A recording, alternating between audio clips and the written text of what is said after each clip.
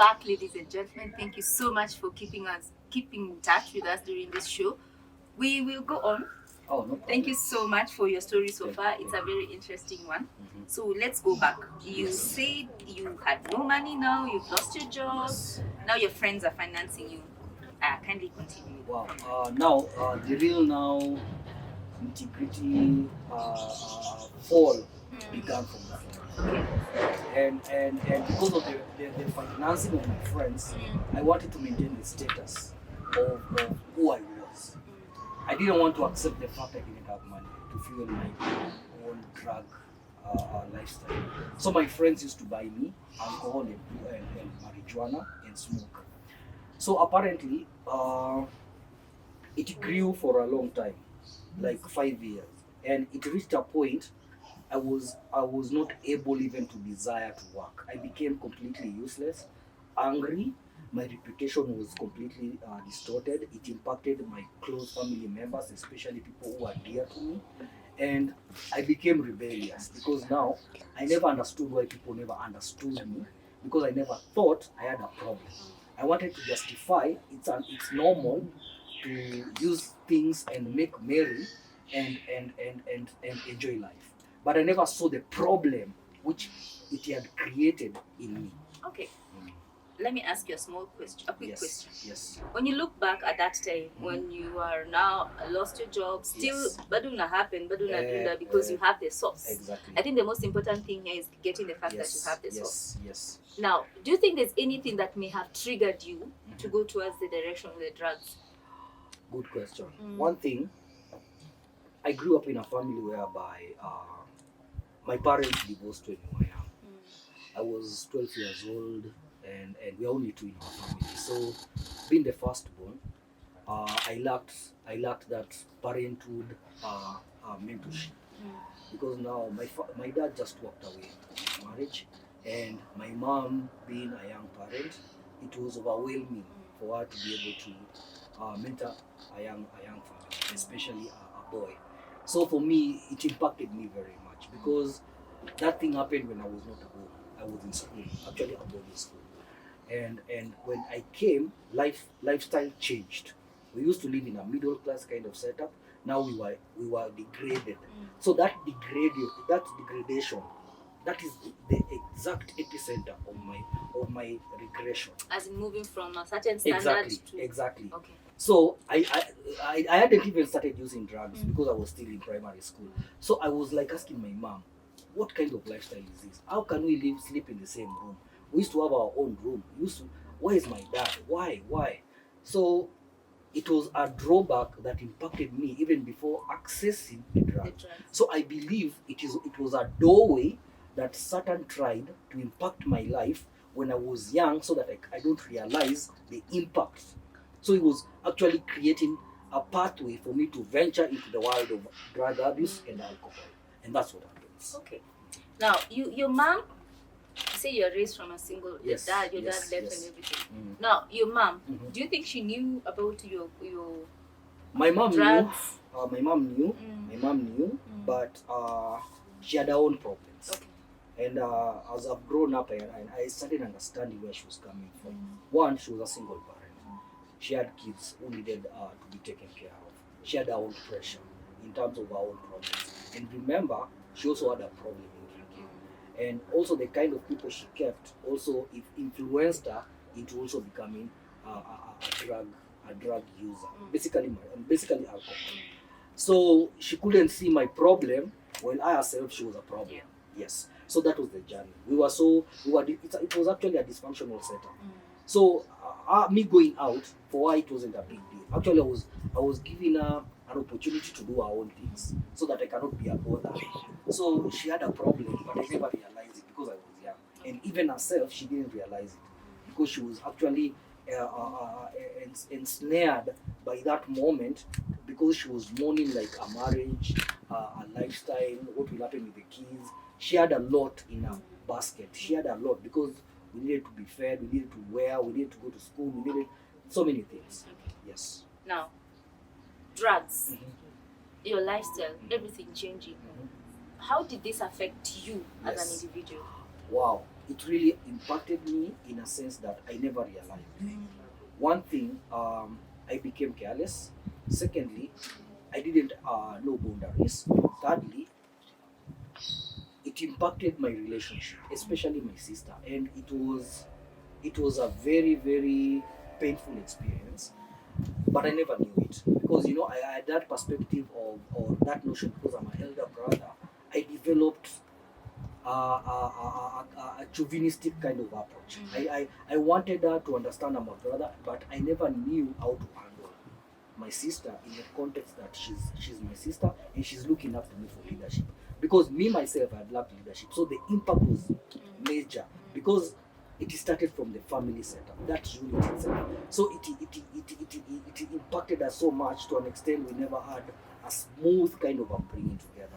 That's where the impact started. So it started now bearing fruits negatively to even people around us, our relatives, our people who would be destiny helpers. They started seeing the weaknesses in me, but they weren't even there. You see, the problem with society is they castigate you because of who you have become.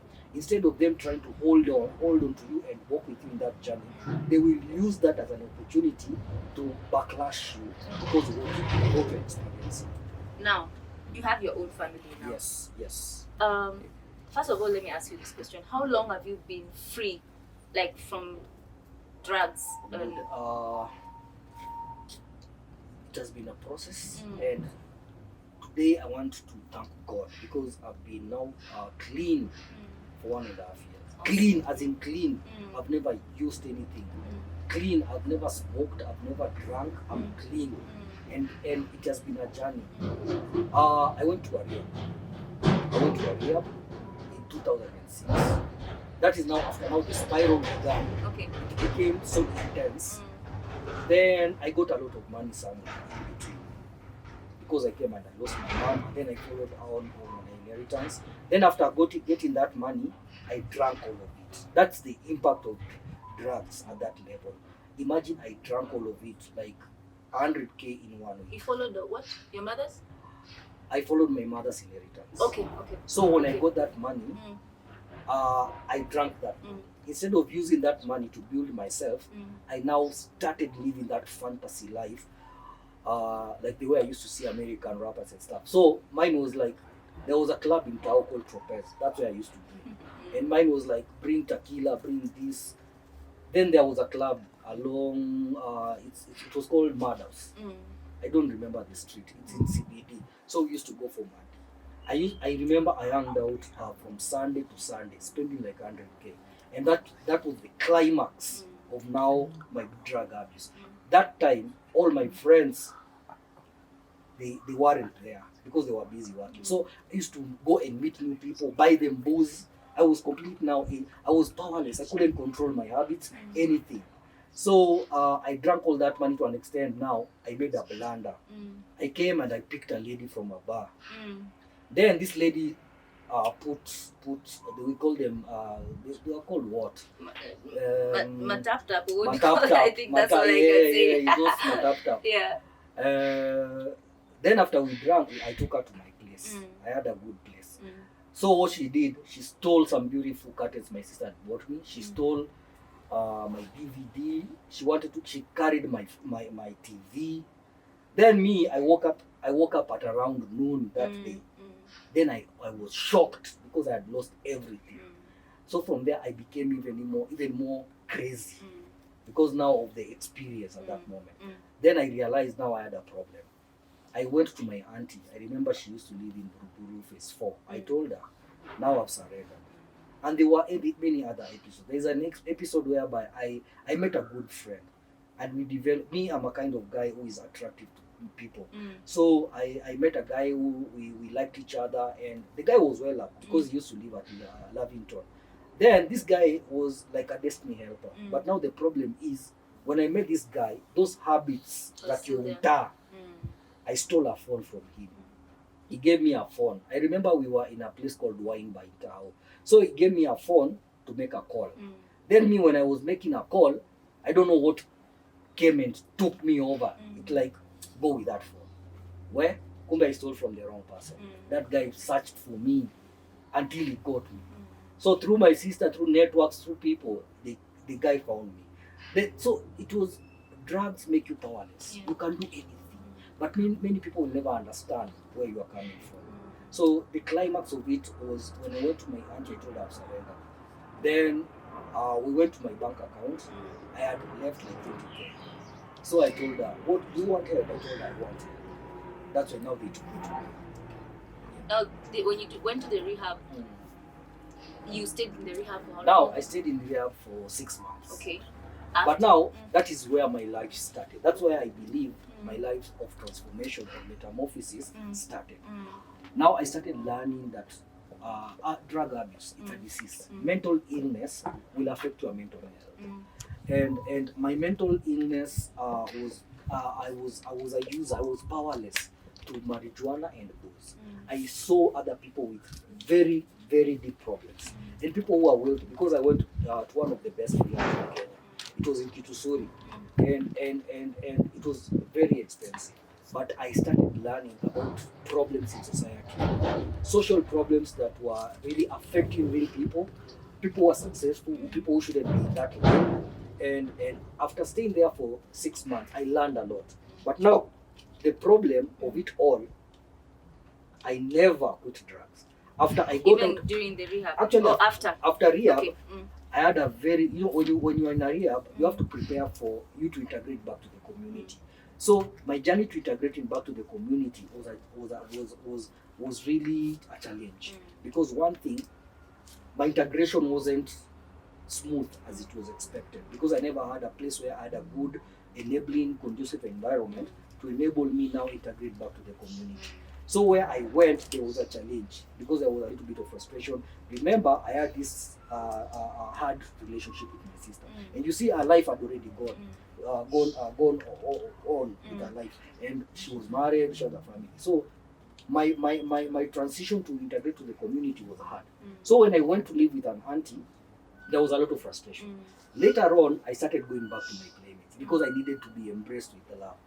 Then I started hanging out with my friends. When we go out, same group. the same crew. Okay. So when we go out, they say I want a soda. I'm clean. So them, they make fun.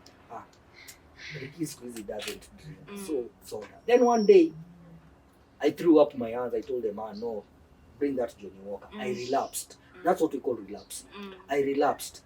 Then from there, everything went back to zero. The 6 months I had invested in being clean went completely zero. Because now I went back to the same playgrounds with the same playmates. Then I relapsed.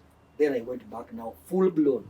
Now my scripture tells me, if that one demon gets out of you, it comes back with 7 other demons.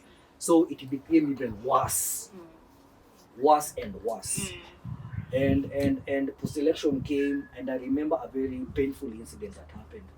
I went to my sister's place, and I didn't have a phone. And my sister gave me a very good phone. She had taken photos of her firstborn child. And she told me, Ricky, because she never lost hope with me, so she gave me that phone to use, because I never had a phone. So I was living in Kayole those days. I had gotten a house whereby I could stay. So I went to those drinking dens, because I met other friends there. Then a guy comes in. I never knew this guy. He's a friend to a friend. And then this guy came and told me, soon I make a call outside, because there was a lot of loud music. This guy went with the phone. So it also affected my relationship more with my sister. Now, for her to understand, it was a little bit hard, because she thought probably I sold the phone to fuel my activity. So drug users, they undergo so much trauma, because people don't understand what they are undergoing through. It's a sickness like any other sickness, and it's very saddening, because not all people will understand you. Yeah. It's amazing. Now you have a family. Yes. You have a wife. Yes. Okay. You have children. Yes, I have a son. Okay. Your wife, how Yes. did she accommodate you? Wow, that's a very good question. Now, I've been married now this is my 11th year, and I bless God for my wife. I bless God for my wife. She has been there for me. She has stuck with me.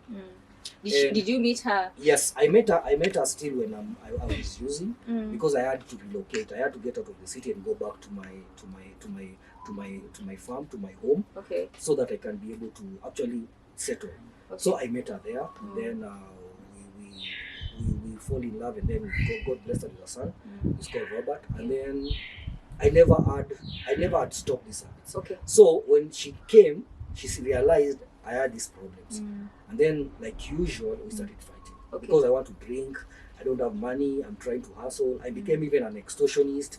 I could manipulate people around me to get money. I could get good jobs.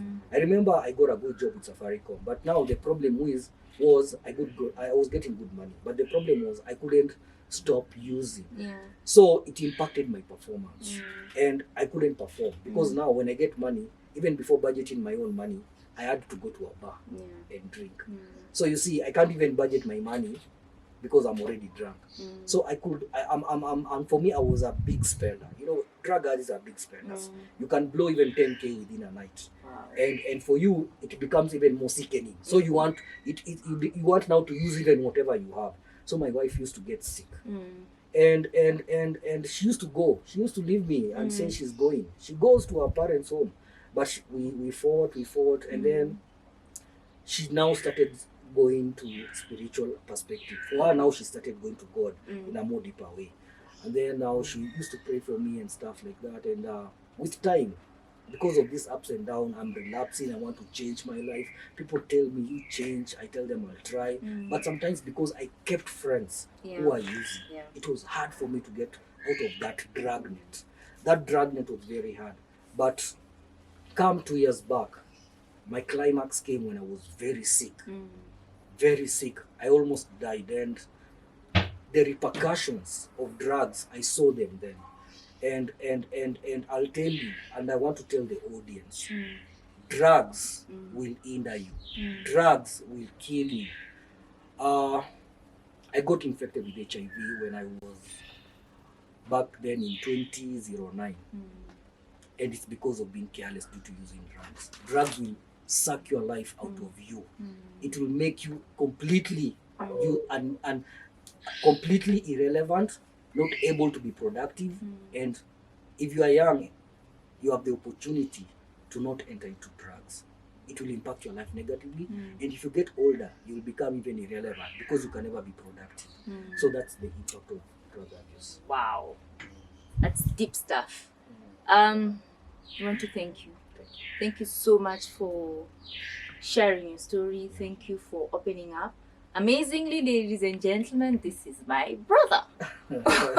We haven't shared you. We wanted you to hear him, not from the point of Nina, but from the point of being my brother.